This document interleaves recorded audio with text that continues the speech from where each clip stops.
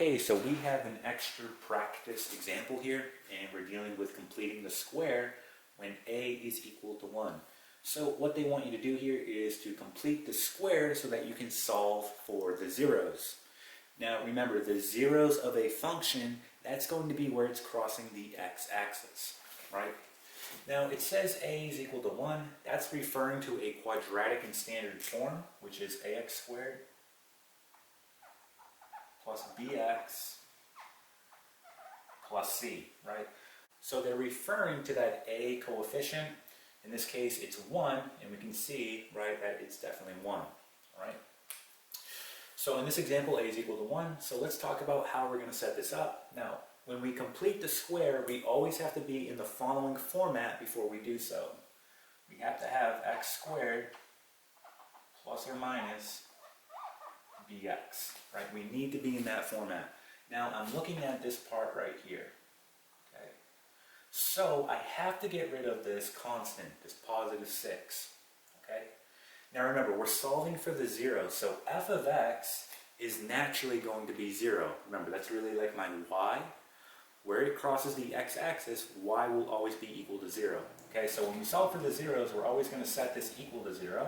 So we'll have 0 equal to x squared plus 5x plus 6. And in order to get into this format, so that I can complete the square, we said we have to get rid of that positive 6. So we're going to subtract it on both sides. So doing that, I get the following. I'm going to get x squared plus 5x equal to negative 6. Okay, I'm now ready to go ahead and complete the square. And in order to do that, you're going to add b over 2 squared on both sides. Okay, so what's my b here? Well, b is going to be 5, right?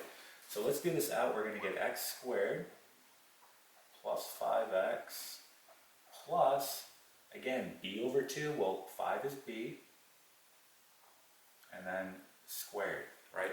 Again, it is an equation, so what we do to one side, we have to do to the other. So this would be negative 6 plus 5 over 2 squared. All right. So let's go ahead and expand this out.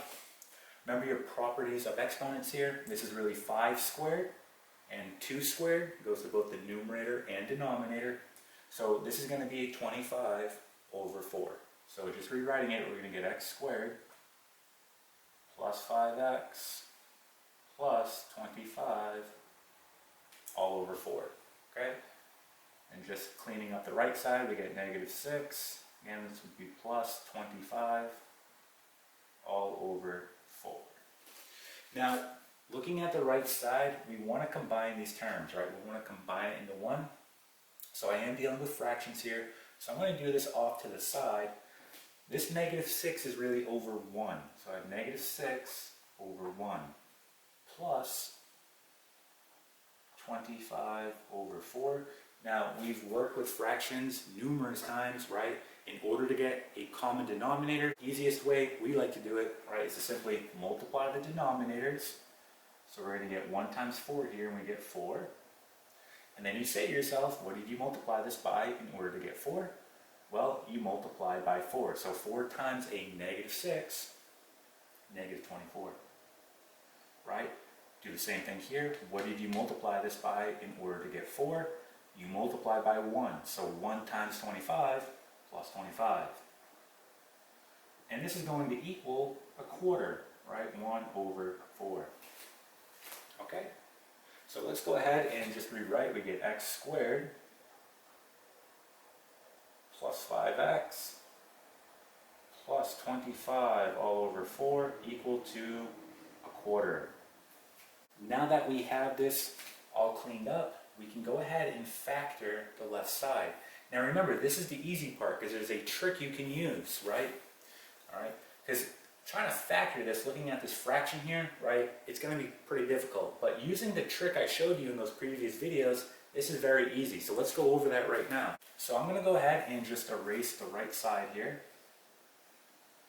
And when you're ready to factor, and you're using completing the square, all you have to remember is what your b over 2 was. So at this step here, right, b over 2 was 5 over 2, right? That was b over 2. Okay, so you're going to remember that when you go to factor. So again, my variable is x, so I'm going to do it like this. I'm going to have in parentheses x, and then you're going to write here whatever b over 2 was.